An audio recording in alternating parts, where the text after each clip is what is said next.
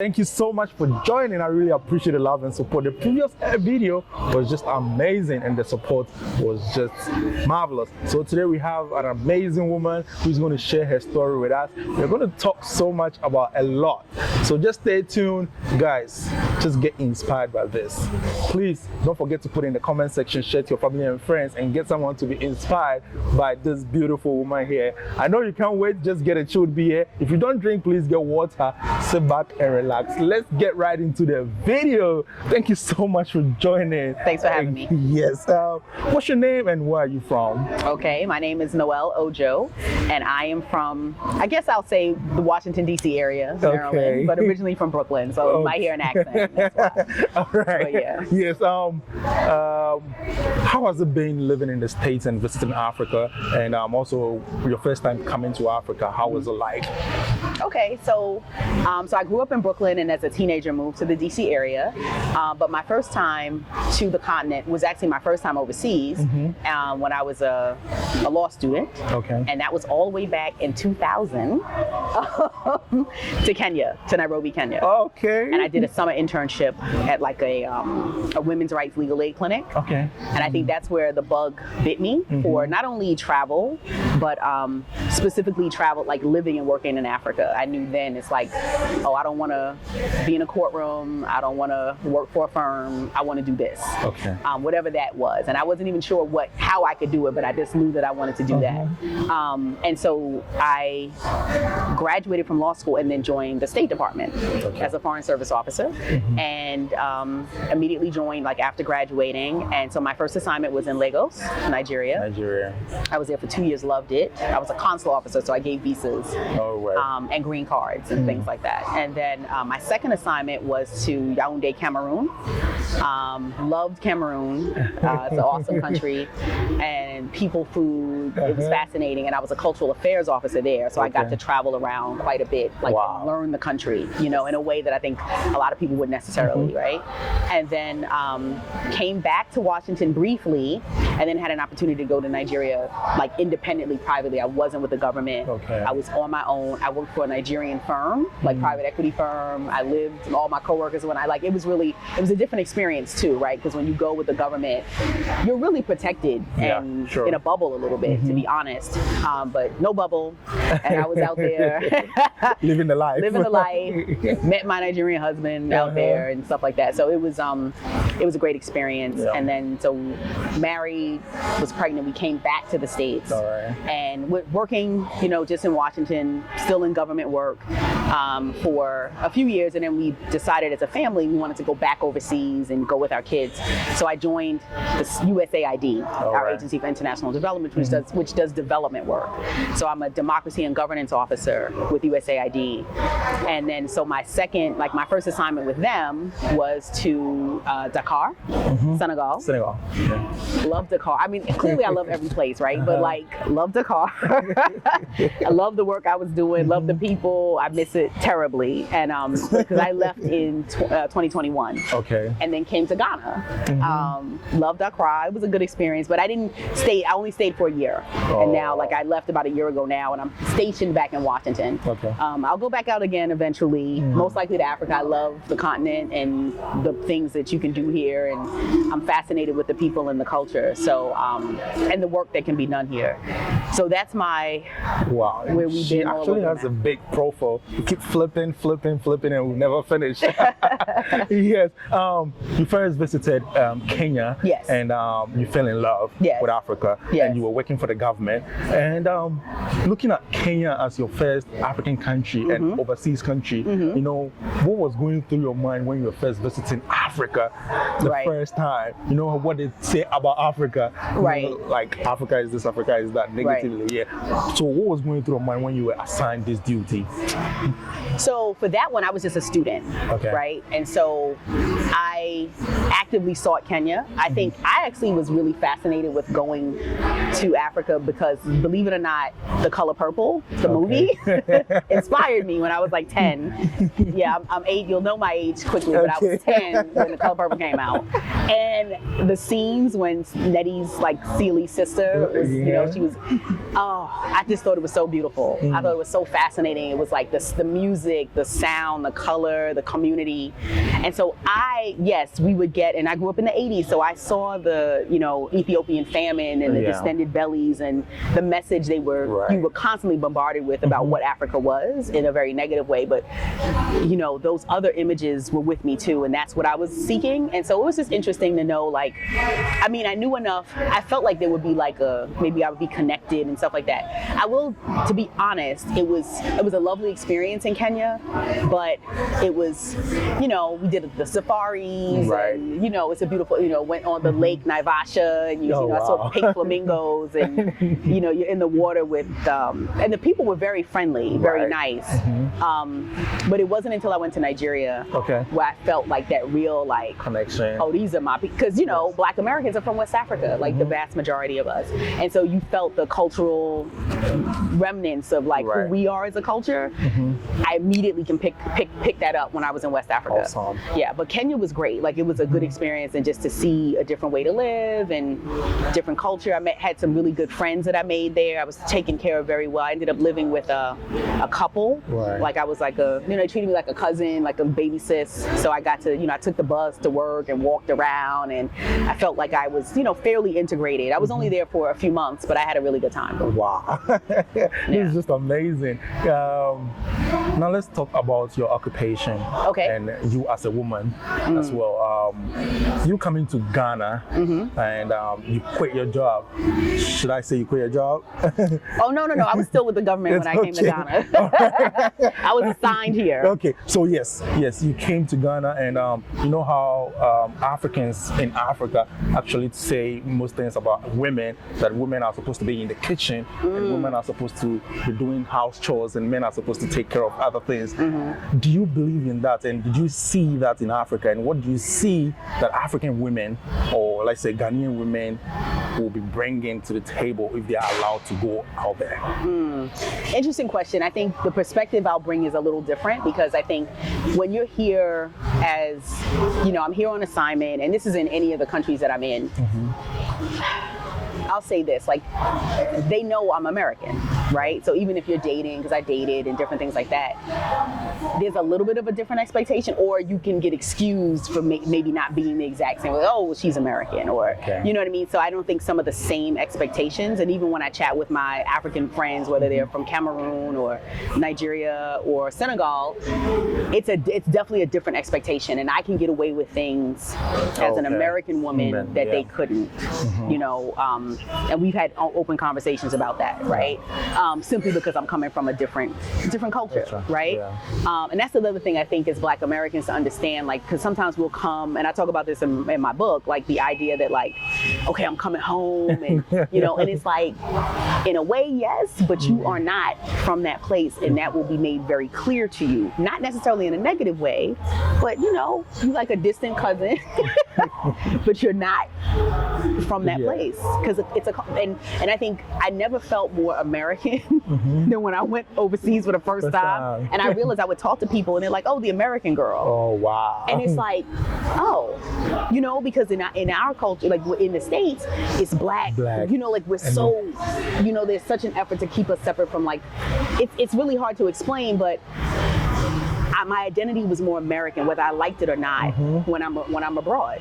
You know, they don't even almost see the Black American, white American, you're American, you know? And it was just a new experience that I now understand. So yeah, and I'm sure, like, especially here in Ghana, there's a multiple racks of Black Americans that are here. So true. But you know, I'm sure you can, and but you understand them as Black Americans. You don't necessarily see them as like Ghanaians, right? You don't, and so, and that's okay. But I will say this: the other thing that came from that in a positive way was, I left Kenya like proud to be African American, because I'm like, oh yeah, we do have our own unique culture, our own unique things that we overcame. You know, that our culture is exported all over the world. You look at K-pop, you look at everything, like that's Black American culture being, mimicked or being the inspiration. For every hip hop is ours, jazz is ours. Like we are our own culture, and understanding that it's built on the foundation of our Africanness, right? We would not be who we are, but for the fact that we are descendants of African people. Exactly. And then we have to always keep that in mind and remember that, and that's what makes us so special. But we've also created our own thing, and to be proud of that. Yeah. That's so true. Talking about your book, you mentioned it, and what inspired you, and what is the title of your book? Okay, good question. So it's called The Blacksit Effect, and Blacksit is Blaxit. So remember when Brexit happened? Yes. It's like a play on that, and I didn't coin it like other people have said it, but it's essentially in the recent years, and especially after 2020 and George Floyd's murder, you started seeing Black folks in either the Americas and even in Europe say, I'm tired of it. I want to go back home. I want to go to a place where I'm accepted. I can be my full self. And then you just saw a mass number of people just leaving and coming to the continent, ready to reestablish roots or create roots or just see what it's like to live in a place where you're not the minority. Right. And so that phenomenon is known as a Blacksit. So it's called the Blacksit Effect, the African American's Guide to Relocating to Africa. Wow. Because what I discovered, having been in and out of the continent now for 20 years, there are Black Americans who will come and thrive and do well and have a good experience, and then there's some that will come and crash and burn. 6 months a year, they're out, they're broke, they're mad, they're scammed, they're pissed. Then they go home and do YouTube videos about how horrible the place is. That's true. And it really wasn't. It's like, nah, sis, or bro, like you maybe weren't prepared, or your mental state wasn't what it needed to be to take on this challenge. So the point of the book is to not only give the mechanics of the move, like little things like, well, where are you going to store your stuff? Or how are you going to get over there? What visas and paperwork do you need? Are you going to get a working? You can't just show up to another country and decide to work and get a bank account. People don't think about that. Like, working visa. You need a working visa. How do you get that? How long is it going to take? What are you going to do in the meantime? Wow. Right? How are you going to communicate back home? How do you, there's so many things to think about that people don't think. Your bill's still coming in the fundamentals. States. Still got to file for taxes. Yes. So like all these fundamentals, but then also I have a whole chapter on just like the mental, I call it like the cultural adaptation. Okay. So I talked a little bit about the, this expectation that it's going to be like a welcome home. And when people don't get that, sometimes they're disappointed or frustrated, but you have to understand like, they don't know, this is a big thing for you, but for everybody else, you coming to Bill, that's nice. People understand that concept, but we live with the remnants of slavery and the history of that. Yeah. You guys don't. We don't at all. Right. Exactly. Right. So many people don't even know. They can't even tell the story. Exactly. Right. So they may not understand like what we're seeking when we come, And then the other thing is like, you still have like the ugly American. You can just be an ugly Black American. And the idea that you think you know everything and everybody else they just can't fix their problems, and why can't they fix this, and what's wrong with that, and it's like, I know you're right. So crazy. I've experienced so many of them. Exactly. Yeah. And I'm like, and I use the analogy of like, look, if you come to the States right now, we know stuff. Let's take gun violence, for example. Right. It's horrific. We know it's a problem. But what can the average citizen do about that? Nothing. Absolutely nothing. True. And so you have to look at it like that. Like the Ghanaians can look and see, okay, the road this or this needs to be fixed, but how much can the average citizen really impact that change? So it's not that they're not aware of what needs to change or what could be better, but it's whether or not the society is set up to make the changes in that. And we have our own challenges, just like they will have their own challenges, Talking about your book, please, where can we find your book before we continue? Oh, okay. Yes. So you can get it online. Okay. So it's at www.theblaxit Effect. So the Blaxit Blaxit Effect EFFECT.com. Yeah. And you can buy it directly there. There's a physical copy and there's also an ebook. Yeah. I'm working on an audio book. Yes. I'll get that out please there. Go ahead and get one for yourself if you are trying to visit or move to Africa. Even if you're not coming, please read about it. It might inspire you to come to Africa. There are so many things to do here. It's a developing country, so you can bring in your ideas to move the country or the continent forward. Yes, talking about African Americans coming into the country, so many of them have like big expectations. YouTubers like us, we go out there, vlog, talk about Africa, move here. We don't say the basic things. which is in your book.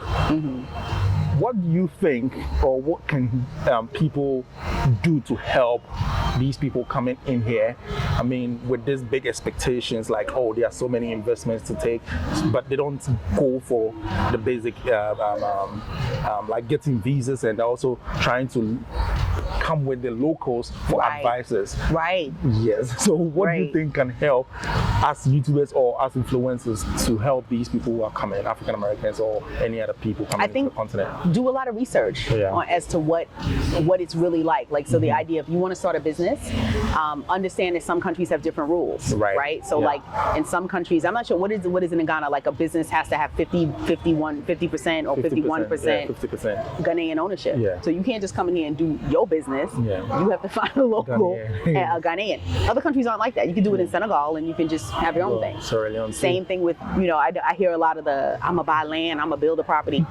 It's very hard to buy land in Ghana that you will own. They will lease it to you for 99 years, but you won't own it. You can go to Nigeria and own the land, or you can go to Uganda and maybe own, you need to do the research about what you can actually do. I think the other thing people don't realize is in a lot of these countries and cultures, it's relationship based, very relationship based. So some people won't even do business with you if we can't have a drink, have a smoke. And for women, maybe have other ways of networking and things like that. But I have to know you. I have to feel like, so with us in the States, sometimes it's strictly, did I pay the money? Did I fill out the paper? Give me my stuff. It doesn't work like that necessarily here. Or you'll find, and then everybody's like, the cultures are very polite. So they're not going to tell you like, nah, we're not going to do it. It's just going to be delay, stall, stop answering phone calls. Exactly. And then you're like, well, what happened?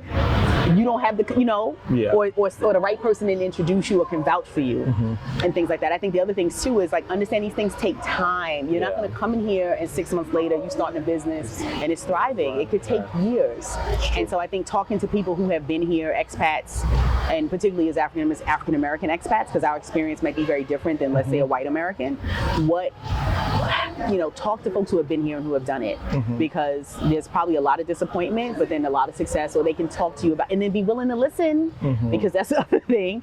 People think they know everything and don't want to hear, so and especially different. I like the point you made about talking to the local population, understand like, don't just stay in your US bubble.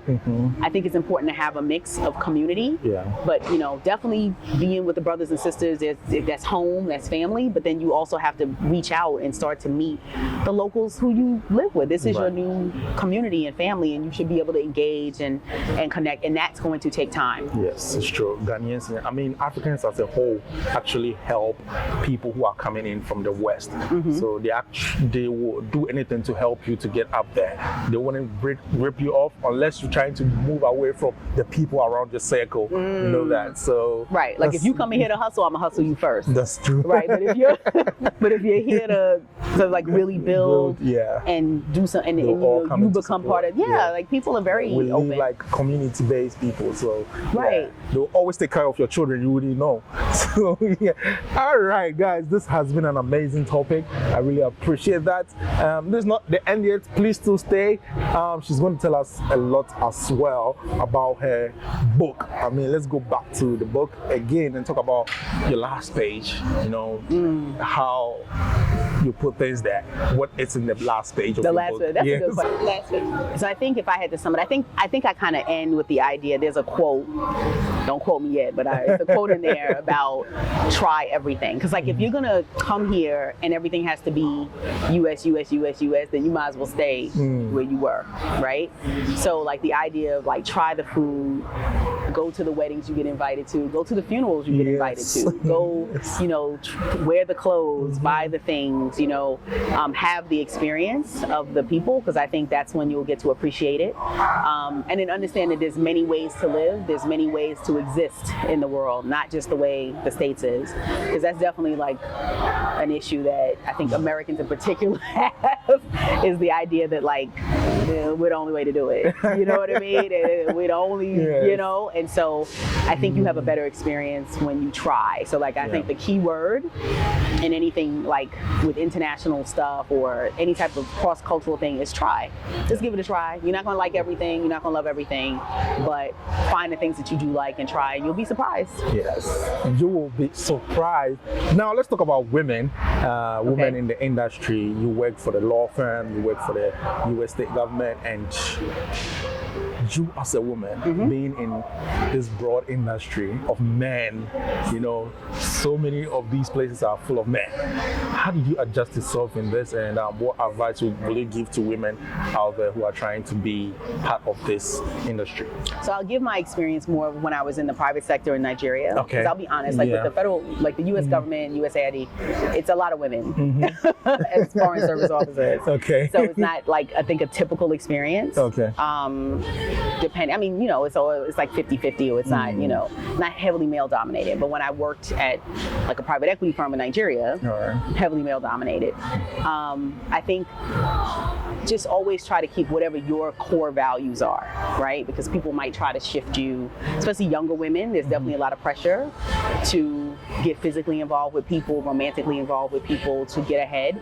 There's pressure to do that, and I've seen that, you know. But you just have to stick by your guns as much as you can, because you never want anybody to question your integrity, you know. And if you're not comfortable with something, don't do it.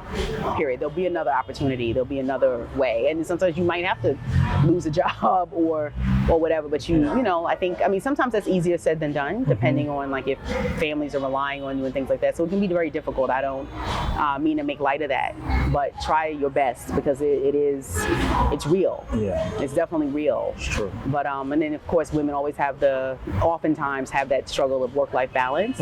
As you get older, maybe you get married, you have children, your parents are aging. It's always something, and a lot of it tends to fall on women. And so trying to find, and I think too, it's okay, like that whole like you can't have it all. Then there's some people, you can have it all, but I think you may be able to have it all, but not at the same time. You know, so there's a time to focus on work, go hard. There's a time to focus on maybe your family and children. You know, they need you in a different way at different points, and you might have to step away or pull back, and that's okay. And then come back to your work, or, you know, because you don't want to regret not being there, and then, you know, your family life is like destroyed, or your children are really struggling because you weren't there for a job that if you drop dead tomorrow, they will find somebody else to replace it. That's so true. Always. Yes. You always remember that. Yeah, that's so true. What is one advice you would give to women out there who are trying to visit the continent but are scared to do so? Okay, I think you should definitely come out and visit. Like, I wouldn't necessarily recommend like moving without visiting, you know, because I think then you put a lot of pressure on yourself to maybe get a place that maybe you're not comfortable with, or, you know, you'll do whatever you need to do to stay. If you have the resources to move, you have the resources to take a trip and come, or you should get the resources to take a trip, come stay 2 or 3 weeks, look at neighborhoods that you want to live in, go at night, go on a weekend, see what's happening. 'Cause, you know, it look beautiful in the day. At night, it's the streetwalkers circle. You know what I mean? And you're like, this is not or they partying all night. You can't sleep till 2 in the morning. You know what I mean? Like, figure out what to really understand the place. Think about how will you sustain yourself when you get here? So true. Job, take some opportunity, use the opportunity to travel, like to visit, but stay for enough time, I think 2 to 3 weeks at minimum, to really get a feel and figure out how you're gonna sustain yourself, whether you're gonna work, if you're gonna do a small business, you know, start maybe talking to people who will buy from you or manufacture for you, like before you get here, so that you have some things kind of set up. Is it okay for people to reach out to you? Sure, you can reach out through Instagram. I can, so it's at the Blaxit Effect. All right. You know, on Instagram, and then my personal one is, and it's at FAMU Nojo. So I went to Florida A&M University, FAMU. So I rep FAMU a lot. Shout out to all FAMU fans. Yes. Shout out to the FAMU Rattlers. All right. So you can reach out to her, whatever you want to hear, she can maybe help you with. What is the favorite part of Africa? In terms of country, or just in general? In general. We'll come to Ghana. I think I just like the people. The people. Yeah. The same people that they say get rid of them or don't come close to them. I know, right? They're the same nice people. You have to be with them all the time. Yeah, it's just, I love the people. Yes, Africa is just amazing. It is, and it's beautiful. Like physically, it's like aesthetically, it's a beautiful country too. Yes, beautiful place. Yes, someone may ask, what do you like or love about the people? I think generally they're very open. Some places more open than others. Okay. Right, I can tell you that, like from my experience. But generally, I think if you show interest, they will show it back. Right. They will welcome you. I say in the book too, like, if you go to a country where English is not the primary language, definitely try to learn the other language. And then even if it is, try to learn a local language. Even just basic greetings will just get you so far in terms of like connecting with people. People see that you try. So I think there's usually like a soft place to land if you make yourself open and available and willing. Don't be silly and naive about things, right? You still bring your sensibilities because people are people all over the world, right? Everybody ain't nice, and some people are crooks, but the same will happen in the States, right? So, keep your wits about you, but I think you can, if you see genuineness, it's probably genuine. If you feel that, trust your gut when dealing with people. But but I think the people in general, like I've just had really good experiences with my colleagues, with my new friends, and different things like that. So does the book talk about investments as well? Not specifically, but the idea that there usually is opportunity, but you again do your research. I wouldn't just listen to the first person, like, triangulate. One person says this one thing, get at least 2 or 3 other people to say the same thing, and then it might be real. Yes, that's so true.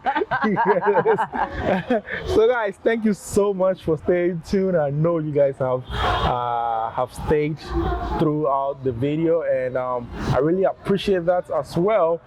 That comes to the end of the episode. I wouldn't take much of your time, and please go ahead, put some questions in the comment section. Whatever you want to ask, you can also reach out to her. I'll put the names, everything on the screen for you guys to see, and I'm going to see you guys on the other side. Peace out.